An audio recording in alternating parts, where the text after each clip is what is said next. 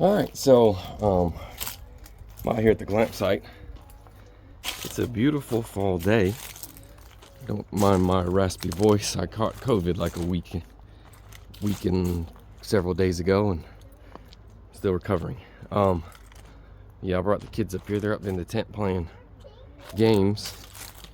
But yeah, I got the EcoFlow Pro, which is like 720 watts by itself, and then I got the expansion pack, which is another 720 watts.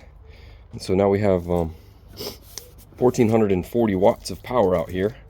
It's only at 65%, so what I'm gonna do right now is I'm gonna plug it up to the generator over there and let it charge, because it'll take a long time to charge this up, because this is at like it's showing like 2/3, I guess. 1, 2, 3, 4, 5, 2/5 full, and then this battery here is 65% full. So I'm gonna plug them up and charge them, and then I'm just gonna blow these leaves away, and Elmo's gonna help me and just make sure everything's good on the glamp site. It's a nice day. It really is. I think I'm gonna get the recharge kits for those little 1-pounders there, because that's all that take is the 1-pounders. And I like this because it sits on top of the table, so like when you're eating lunch or dinner or breakfast or whatever, you can stay warm while you're sitting on the picnic table. That's why I really like these.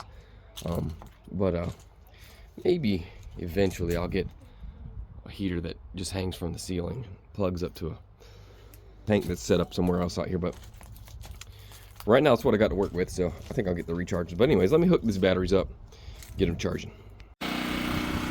All right, so you can see that I got the generator on. So hooked up that propane tank right there. It is a little loud because the exhaust port's right there. And the plan is to eventually put it like over there in a little house that is insulated. You won't really hear it, but it's charging the battery at almost 370 watts. So it says it'll take about an hour to fill up both this one. You see it's blinking. It fills this one up first, and then it'll fill this one up. So I'm just gonna let it run, charge while I blow the leaves away and do some other housekeeping things. Get on, just get on.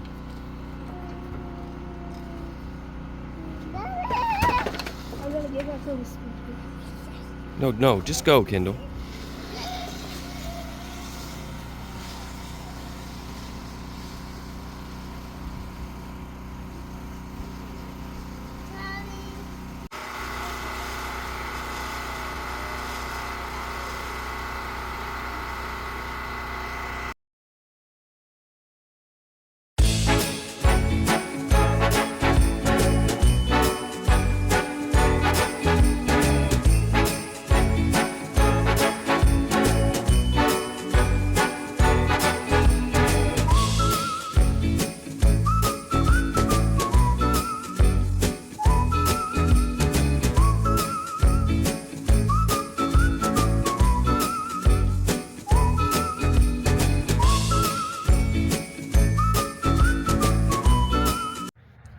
All right, so I got the battery charged and in place, and all of the leaves and stuff blown away, and the kids had fun. They're in the car staring at me right now, wondering what I'm doing. Anyways, this is Tuckertown Reservoir back here, and it is literally right down the road from the glamp site. The glamp site is up there on top of that mountain right there. Like literally right above the green right there is where the glamp site is. This is Highway 49, and this is the Tuckertown Reservoir. And the dam's right down there. There's cliffs right there you could jump off of. You're not supposed to, but there's cliffs right there you can jump off of. Anywho, this is a scenic overlook, and they're doing construction on the bridge right now, at a new bridge. And back that way is the boat slip. You can go fishing down there, or you can take I think it's called Dam Road right there. Goes all the way down that way, all the way down to the dam, and there's actually public fishing area at the bottom of the dam.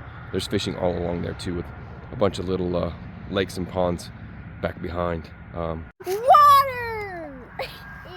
Oh, now why you're trying to get it. I'm just gonna throw my